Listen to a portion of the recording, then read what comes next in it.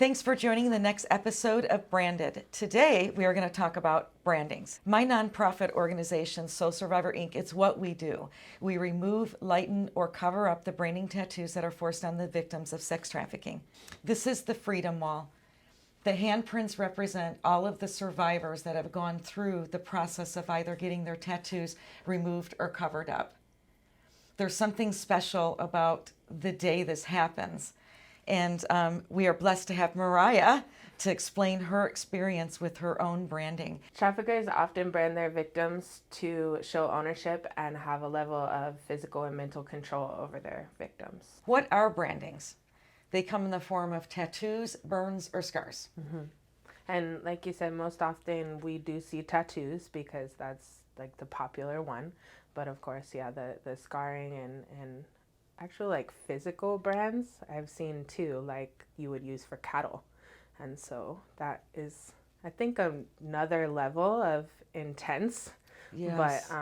But yeah, I have seen that before too. So what we see most often is crowns. Mm-hmm. We see names, a ton of names, hearts. Mm-hmm. We see barcodes, money wings, symbols, dollar symbols. Yeah. Why? I think that it's something that to the trafficker or pimp, it represents like them.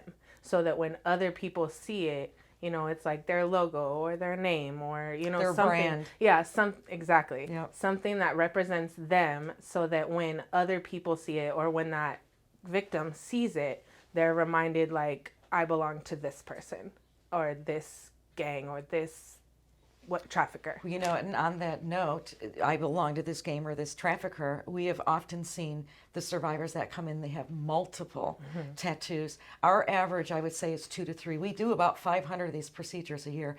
We see 2 to 3 per girl. Yeah. And they have said it's when they're sold, they get rebranded. Mm-hmm. Yeah. Definitely. And not every single trafficker does it. Some of them don't. Right. But yeah, and even the ones who do sometimes have multiple, have them get multiple tattoos representing them. And so it could be the same trafficker with a girl that has however many tattoos or marks on her, but it's, you know, them representing themselves on every part of their body, letting them know you don't own any part of yourself anymore. And that's the scary part of it, is that is something that you see every day when you look at yourself in the mirror. And it's like, you know, even if it's like mine was on the back of my neck, but I didn't see it every day, but other people would see it and be like, oh, what's that? What does that mean?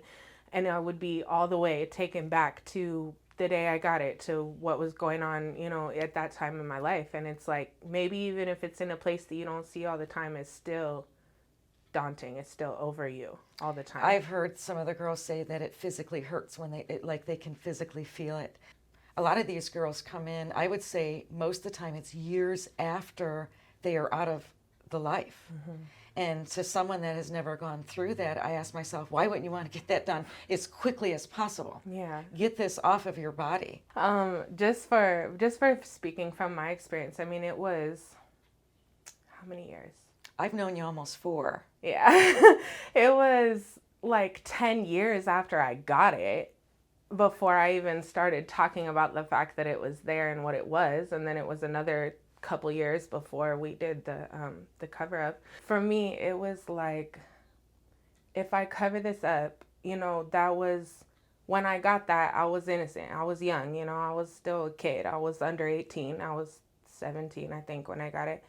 And it was like, I don't have any part of me left, you know, from back then. And so there was this some like psychological trap over me, if you will, that was like, if you cover this up or you take it away, then you've lost every part of yourself to this.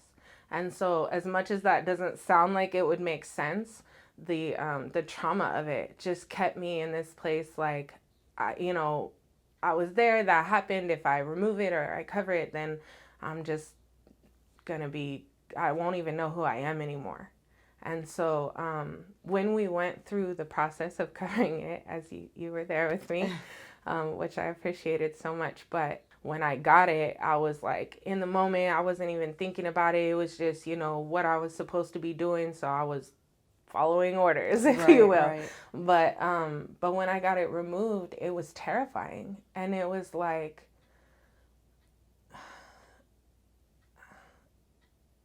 I guess it just felt like, yeah, like I didn't know who to be after that.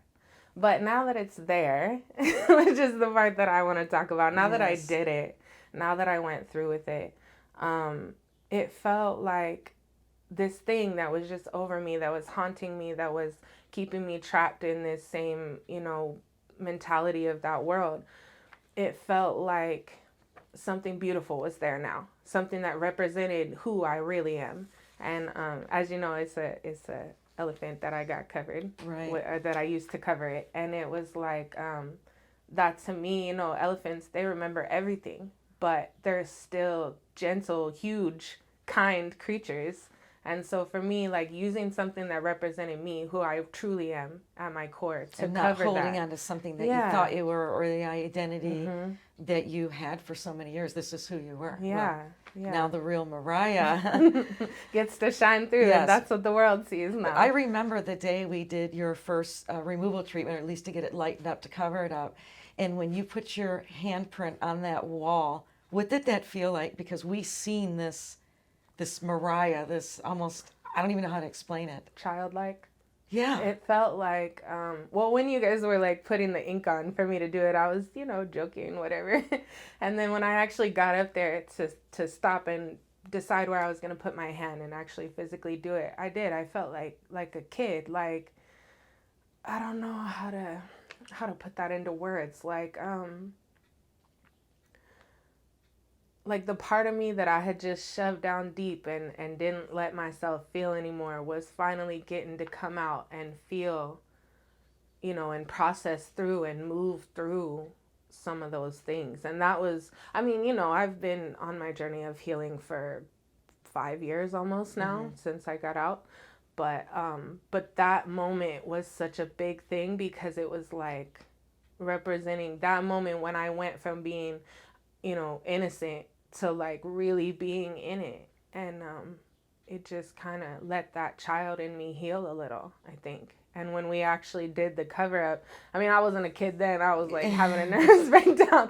But when we actually did the cover up, it was as scary as it was, as like painful emotionally, because I don't think the physical pain, I don't even know if I felt it. I know. But the emotional pain of it, as painful as it was releasing, was healing, was like, you get to be you again. You're not carrying around the weight of what somebody else put on you. Exactly what you just said. So when these girls do put their handprints out, that's what we see. It's almost like they've taken control back. They made the decision to do this and move forward, and not carry this painful reminder every single day.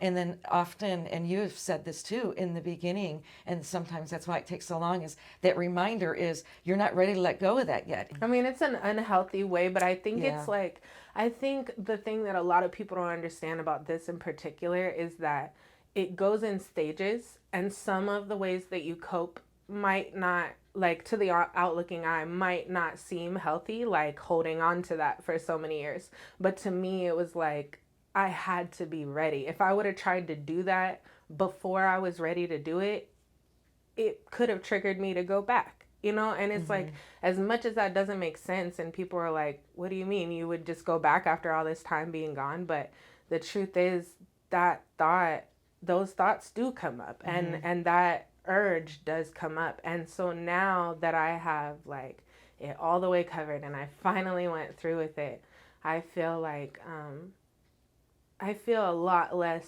susceptible to it, to going back, because it's like, if I went back, it wouldn't even make sense at this point, because now I have this new version of me that I covered up the old, I got rid of the old, and now I'm here. So I don't even think I could anymore now that I actually went through it. But before I was ready, it would have been a whole different story. From my understanding anyways, is survivors often have their baby toe kind of still in that life, but yes, but not. And I hear that a lot. And the betrayal, a lot of these tattoos are death before dishonor, betrayal to death. I've seen that one. And so even when they get out of the life, Loyalty over royalty. Exactly. And so it's not only in their mind, it's on their body. They've got a tattoo that says so. That reminds them. Yes. Yep. So they take this step to do this, and then they back off like, even though I'm not doing this anymore, I'm still betraying so-and-so. Yeah. How is that? Well, Gina, Yes. we're being very honest. Right now, sitting here with you, I struggle with that, Yeah.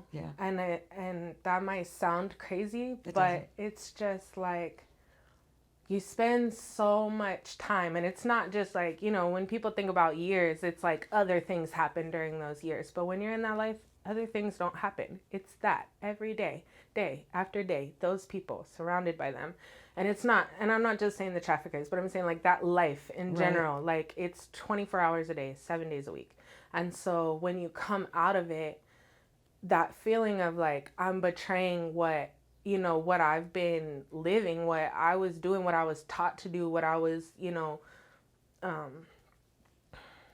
involved in every day, these people that, at the end of the day, yeah, what they did was bad, manipulative, horrible, but they are people that once upon a time I cared about. This person whose name was on me, once upon a time, I was in love with him.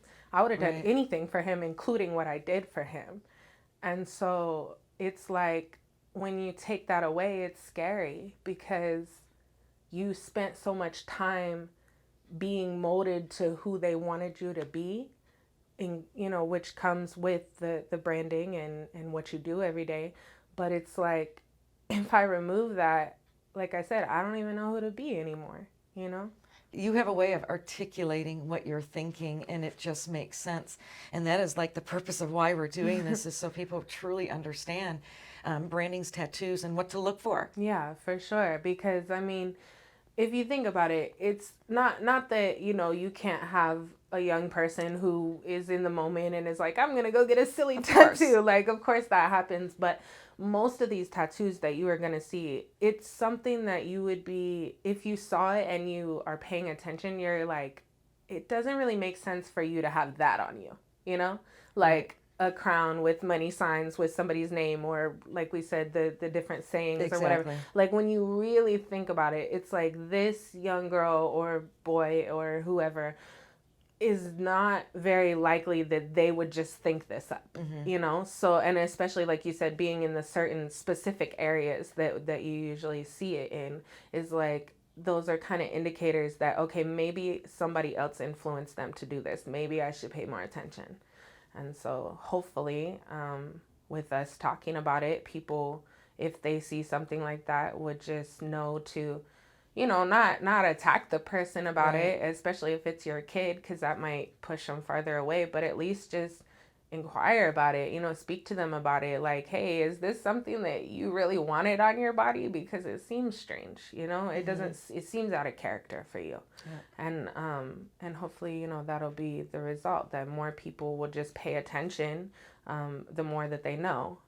Thanks for joining us today. If you are a tattoo artist, a permanent makeup artist, or someone that is in the skincare field and would like to be an affiliate with Soul Survivor Inc., please contact us by going to the website and filling out the form. If you have any questions or comments, please feel free to leave them below or visit our website. Stay safe, stay aware, and we'll see you next time.